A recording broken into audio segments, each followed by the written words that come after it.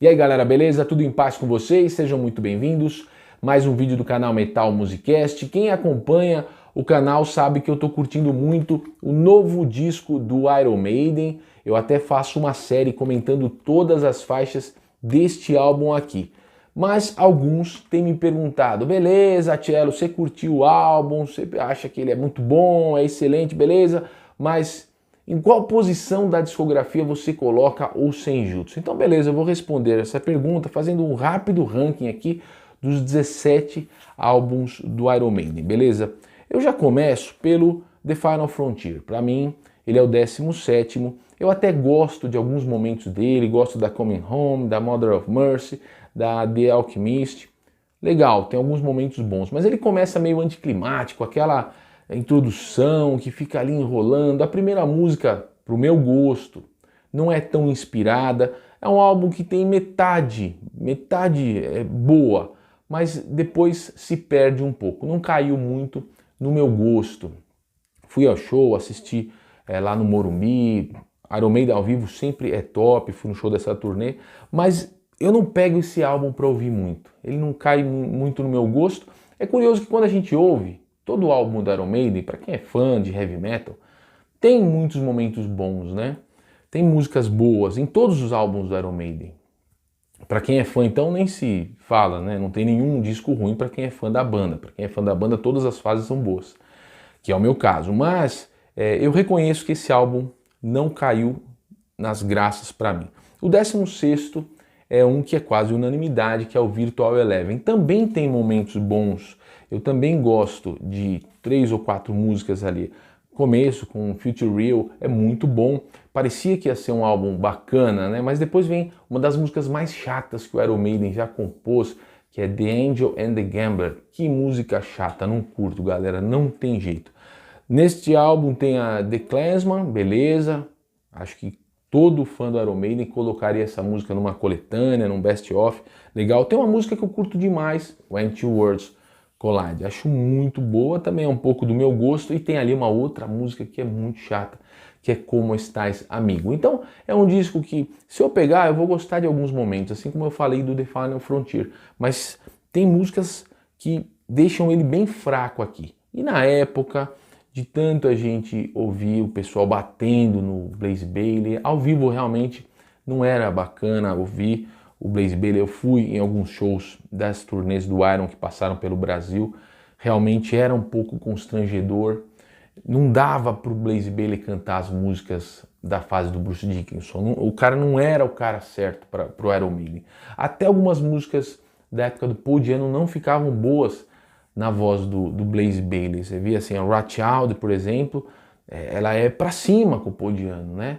É lá em cima, Rothschild, tal, é lá em cima. Aí entrava o Blaze Bayley ali, eu lembro aqui no Pacaembu, em São Paulo, no Monster of Rock, era Rothschild, aquela voz de tenor pra baixo. Então o cara é um bom cantor, não é um cara ruim, eu não acho, mas não era o cara pro Iron Maiden. Então Virtual Eleven é o 16º. Em 15º eu coloco Dance of Death, também é um disco que eu não tenho tanto interesse. Tem algumas músicas boas ali, mas ele veio depois do Brave New World. O Brave New World para mim foi muito bom, eu curti aquela fase. O Iron veio no Rock in Rio, criou uma expectativa em relação ao disco seguinte. Veio Dance of Death com aquela capa horripilante e também com algumas músicas que eram meio desencontradas, meio fracas mesmo. Tem músicas muito boas, Passchendaele, tem No More Lies, que eu curto demais, Montsegur, gosto bastante, mas ele começa bem, né, com a Wildest Dreams, com a Rainmaker, mas não segura, né, não segura. É um disco que para mim também dificilmente eu pego ele para ouvir de novo. O 14º é o The X Factor. Eu até gosto desse disco, acho ele muito bom, gostei na época que lançou. É um disco bom, ele está nesse grupo dos discos bons do Iron Maiden, não dos discos excelentes nem dos geniais. Mas eu reconheço que foi um momento em que o Steve Harris estava passando por perrengues pessoais, separação e tal. É um disco bastante melancólico, tem grandes momentos ali, claro que tem, mas mais uma vez tem o Blaze Bayley, não era o cara certo para o Iron Maiden. Ali as músicas são compostas talvez já, em algumas delas, já pensando nele, até que funcionam razoavelmente bem. Mas também é um disco que, Se eu ouvir eu vou gostar, mas dificilmente eu vou lá pegar para ouvir. 13º, The Book of Souls. Eu gosto, mas acontece algo muito parecido com o que aconteceu com o Dance of Death para mim. Ele veio meio assim irregular. Tem grandes músicas ali, grandes músicas, eu gosto muito, mas tem algumas que ficam ali, na minha opinião, também sem muita inspiração. Então ele vai em 13º. Em 12º, A Matter of Life and Death. Gostei, um disco que tem uma influência de classic rock muito boa, funcionou muito bem para o Iron Maiden, tem uma capa sensacional e eu gostei, é um bom disco. 12º. 11º é o No Pray for the Dying para mim. Muita gente malha demais este disco, eu sei também que ele é irregular, eu sei também que a produção dele é uma porcaria. Na época o Steve Harris, não sei por que, quis gravar com a unidade móvel dos Rolling Stones no celeiro da casa de campo dele, fez tudo de um jeito muito simplório, muito cru. Eu não gosto muito dos singles dele, da Holy Smoke, da Bring Your Daughter to the Slaughter. O pessoal ama, tocou a exaustão na MTV na época, mas eu não curto tanto. Mas eu gosto muito de músicas até que são muito criticadas. O pessoal da própria banda fala muito mal da música No Prayer for the Dying. Acho que o Bruce Dickinson falou muito mal dessa música. As revistas inglesas, gringas, detonam esse disco.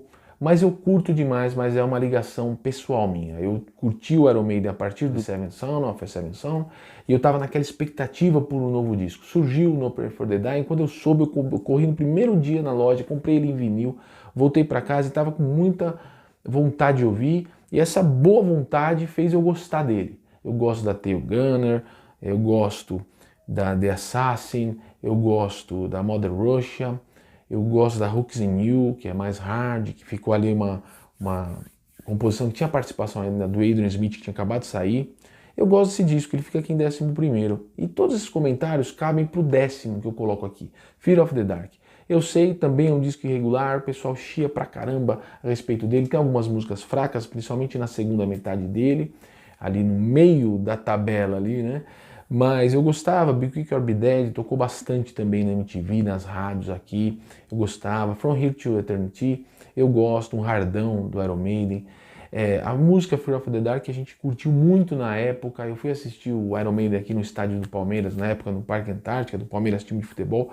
Foi um baita show, sensacional o show da turnê do Fear of the Dark aqui em São Paulo. Eu tenho um carinho especial por esse disco, ele fica aqui em 10º. Em 9º, o Brave New World. Também eu gosto desse disco, acho ele muito forte, tem ótimas composições, eu gosto demais. Blood Brothers, a faixa título, eu gosto demais.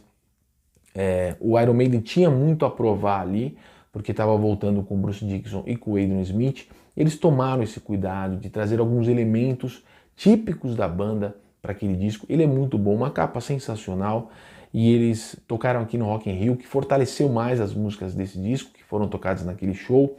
O DVD do Rock in Rio foi muito bom, foi transmitido, esse show foi transmitido pela Multishow na época, ao vivo, assim. Eu não fui lá, não estava presente, mas assisti e gostei muito. Eu gosto muito desse disco Brave New World. Acho que foi uma boa volta do Bruce Dickinson com o Adrian Smith. E aí a gente vai pro 8º. O 8º, aqui, pessoal, eu coloco o Seventh Son of a Seventh Son. Eu ouvi muito esse disco na minha vida.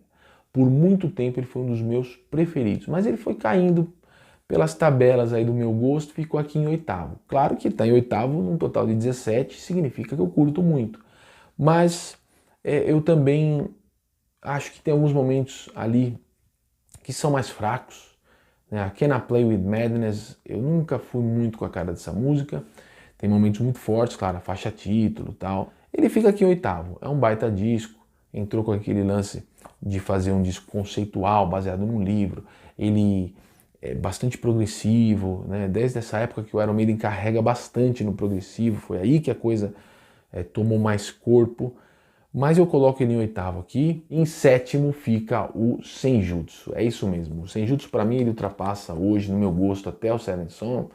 Eu tô aqui com ele, eu tô curtindo demais esse disco. Para mim, desde o momento em que ele começa até ele termina, é uma jornada sensacional para acompanhar o que a Iron Maiden fez. Eu tenho comentado muito sobre ele nos outros vídeos, não vou gastar tempo falando dele aqui. Então, eu peço que vocês acompanhem o que eu disse nos outros vídeos. Vai ter uma série com 10 vídeos, um para cada faixa, e eu vou falar tudo que eu penso lá. Eu entendo que é um momento de maturidade dos caras da banda, eles estão colocando aqui o que eles realmente querem tocar, não estão preocupados em provar nada para ninguém, onde ficar no mercado e nada. Vocês sabem assim, quem gosta de literatura, vocês sabem o livro Fausto de Goethe, vocês sabem, conhecem? É um livro que demorou mais de 2 décadas para o Goethe escrever, e é o livro da maturidade dele. Para mim eu faço esse paralelo, sabe? Esse aqui é o Fausto do Iron Maiden, comparando com a literatura do Goethe, sabe? Um livro da maturidade, um livro que os caras chegarem e vão fazer aquela coisa mais robusta, maior, vão exigir mais compreensão do fã, vão exigir, e o fã, quando ele ultrapassar essa barreira da compreensão e conseguir entender a linguagem artística desse disco, vai colocar entre os melhores. Então tá aqui em 7º. Em 6º, e ficou quase um empate técnico aí, mas em 6º, com mais convicção, é o Somewhere in Time. Como eu curto esse disco, é sensacional. Dos discos excelentes do Iron Maiden, é o melhor. Eu gostei muito, tem Deja Vu, que é uma música que eu gosto demais, tem Wasted Years, tem Alexander the Great, tem Caught Somewhere in Time, tem aquelas músicas mais hard, né? Stranger in a Stranger Land. É sensacional. Para mim é um disco que é quase perfeito. Ele só não é perfeito porque eu não curto muito a música Heaven Can Wait. O pessoal gosta bastante e tal. Eu acho a música mais assim mediana dentro de tantas músicas sensacionais. O Somewhere in Time para mim então fica em 6º.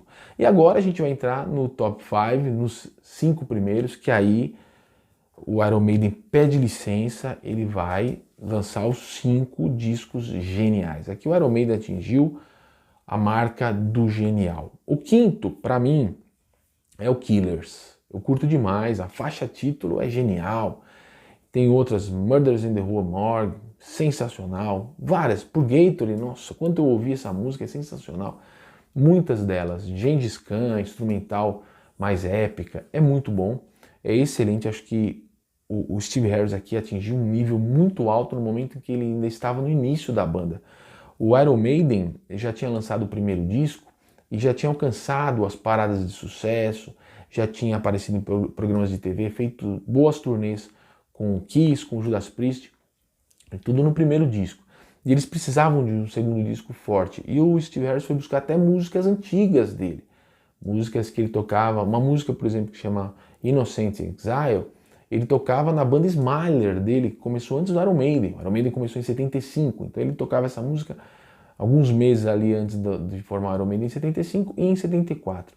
E ele trouxe para esse disco. Eu curto demais, é uma pena, eu sempre fico muito triste quando eu avalio e leio nas biografias como o Paul Di'Anno deixou a coisa escapar da mão dele, porque ele mandou muito bem nesse disco. E como ele fala que não gosta desse disco, que é excelente, eu sinto assim uma tristeza pelo que aconteceu com o Paul Di'Anno, ainda mais quando a gente sabe o que aconteceu com ele em toda a sua carreira, nada deu muito certo para ele, agora está com problemas sérios de saúde.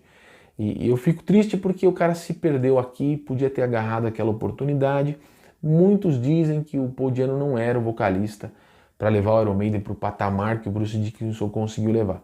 Pode ser verdade, porque o Bruce Dickinson tem um alcance vocal muito mais amplo. É verdade, deu para ter muito mais possibilidades musicais para o Iron Maiden com o Bruce Dickinson. Com o Paul Di'Anno, apesar de um jeito excelente, que eu curto demais o Paul Di'Anno, ele tinha um alcance vocal menor, é verdade.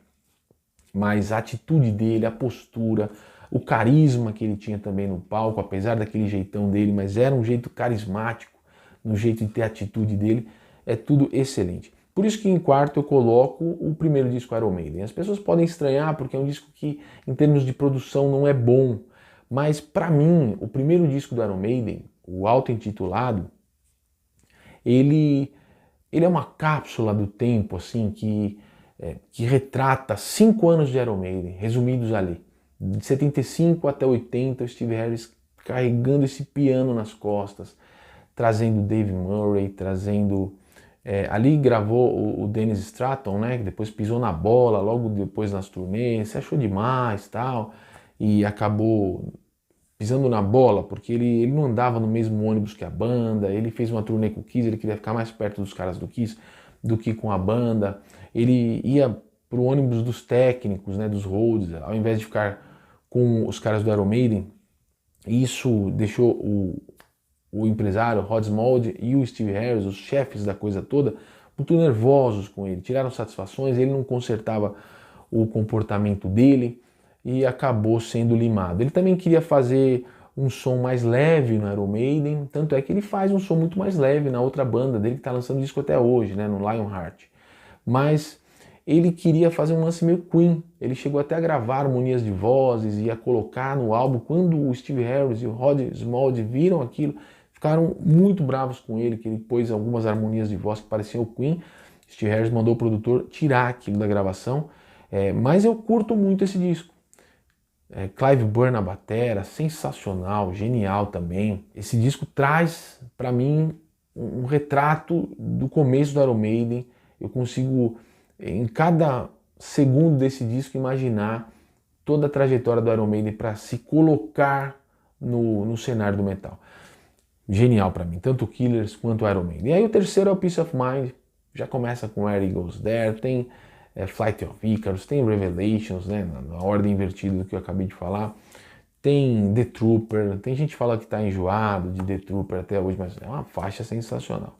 Tem To Tame a Land, que eu gosto demais, é muito bom, genial. Terceiro. Segundo, The Number of the Beast. Pô, como não curtir esse álbum que tem a faixa The Number of the Beast, tem Run to the Hills. Ah, mas enjoou um pouco. É verdade, os caras desde aquela época estão tocando essas músicas. Mas é muito bom. 22 Acacia Avenue, tem Halloween Be Thy Name, é uma faixa melhor que a outra. Aqui a estreia do Bruce Dickinson, o cara realmente levou para outro patamar o Iron Maiden. Eu conheci a banda, se eu não me engano, o primeiro disco que eu curti muito do Iron foi o Live After Death, que é muito... tem várias músicas, né, do The Number, e eu acho o The Number excelente, um disco genial. E o primeiro, Power Slave. Power Slave é o disco perfeito, é genial do começo ao fim, não tem o que falar, não tem um erro para encontrar, não tem uma música fraca, a capa é sensacional, a produção é demais, tem aquela sujeira do metal que é muito boa, mas está muito bem produzido, as composições maravilhosas, tem Rime of the Ancient Mariner, tem Power Slave, pô, você sabe, tem 2 Minutes to Midnight, começa com Aces High, aquele discurso todo do Churchill, é tudo perfeito, é tudo redondo. Fez a turnê gigantesca que gerou a fita, na época, a fita de VHS, né, hoje está em DVD, que era idolatrada. Aqui em São Paulo, o Valcir Chalas colocava para tocar essa fita lá na Woodstock, as pessoas se juntavam como se fosse um show de uma banda para assistir essa fita na televisão. E Power Slave é o genial. E eu gosto então desses 5, Power Slave primeiro, The Number segundo, Peace of Mind terceiro, Iron Maiden quarto, Killers quinto. O Iron Maiden e o Killers, como eu sou um grande apreciador da New Wave British Heavy Metal, para mim esses dois são o que tem de melhor naquele cenário, quando o Iron ainda tinha aquele jeito mais roots, mais raiz. Então é isso, galera. Agora não dá, eu separo esses grupos, né? Os discos geniais, Power Slave, The Number, Peace of Mind, Iron Maiden, Killers. Aí eu evito comparar os outros. Então discos bons, né? Eu não comparo os bons com os geniais. Então são 3 grupos, os bons, os excelentes, né? Os ótimos, os excelentes, e os geniais. Eu evito fazer comparações muito entre eles, mas como o pessoal pediu, e é divertido fazer isso, e é uma troca de ideias que nos faz muito bem falar de música, falar do Iron Maiden, eu faço aqui, então, esse meu ranking, e coloquei para vocês que o Senjutsu, para mim, é o 7º na discografia do Iron Maiden, não tem como estar acima dos geniais. Mas, os geniais são aqueles 5 que eu falei. Mas quando começa na tabela ali, então os geniais, os 5, do 6 para baixo até uma certa parte, os excelentes. Somewhere in Time em primeiro, Senjutsu em segundo, dentre esses excelentes. Olha, quase um empate técnico aqui, tá? Valeu, galera. Tamo junto. Up the Irons.